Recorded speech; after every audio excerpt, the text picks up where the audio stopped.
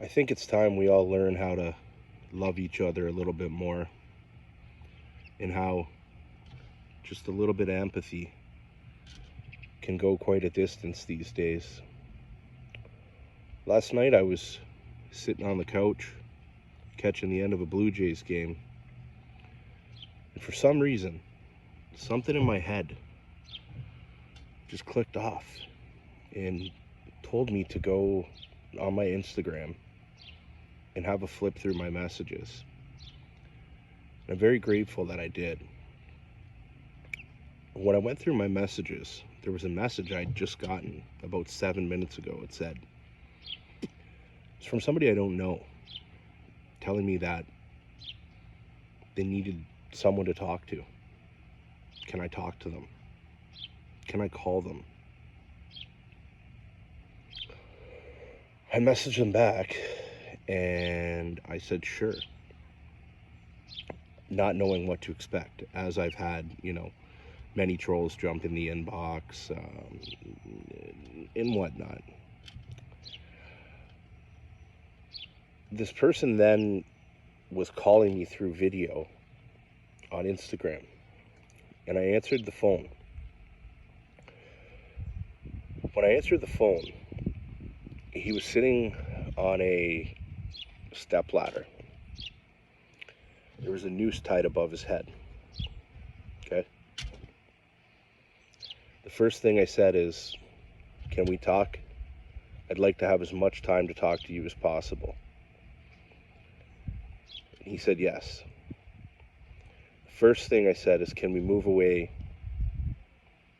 from where you are right now? And we're going to have a long conversation. After getting to speak to this gentleman in about a half hour, I had learned that this gentleman has no family any longer because he has different feelings and views and opinions than everyone else. That has made his family turn on him and essentially think that he's a bad guy, he's a racist, he's a misogynist, all these terrible names that media have created. Knowing that he has no family, he told me that most of his friends he worked with, he lost those friends when he lost his job because he made a personal decision not to get something that he didn't feel was something he needed. Okay? So he's at his end's wit. Now we started talking about life, and he was drinking while we were talking. He also let me know that he's an alcoholic. He let me know that he was clean from alcohol for 5 years until his programming was shut down because of this virus right now. Okay? As me and him talked longer and longer, there was something really big that he wanted to tell me. And it was really hard for him to tell me because he couldn't stop crying. And it broke my heart when I found out. And this was that he has a little daughter in America. She's almost 2 years old. And he's never met his daughter in his life before. And it's eating him from the inside. Why hasn't he seen his daughter?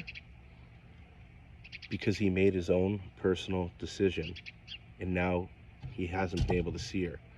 Now, not only has he not been able to see his daughter, but he's not been able to see his girlfriend that he loves for 2 years now.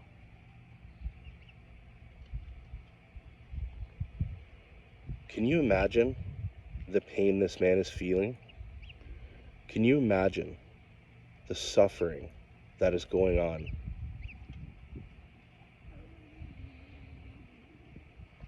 No matter what you think you have going on in your life, there's always someone who's suffering. And our mental health has been suffering for far too long. Canada, it's time we put our differences aside, and it's time that we all come together and realize that this ridiculousness, it isn't helping any of us.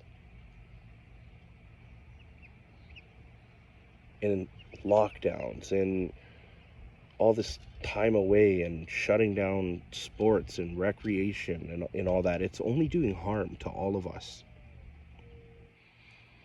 Now, I just wanted to explain this story because it, it put me in a different mindset in the last 24 hours. And I think people deserve to hear these stories. People who still say, what are these people complaining about now? Or what could they possibly be mad at now? Just think about what some people are going through. Don't be selfish. Be empathetic. Think about others. Put yourself in their shoes. It's not right what's going on. We need to come together and voice that.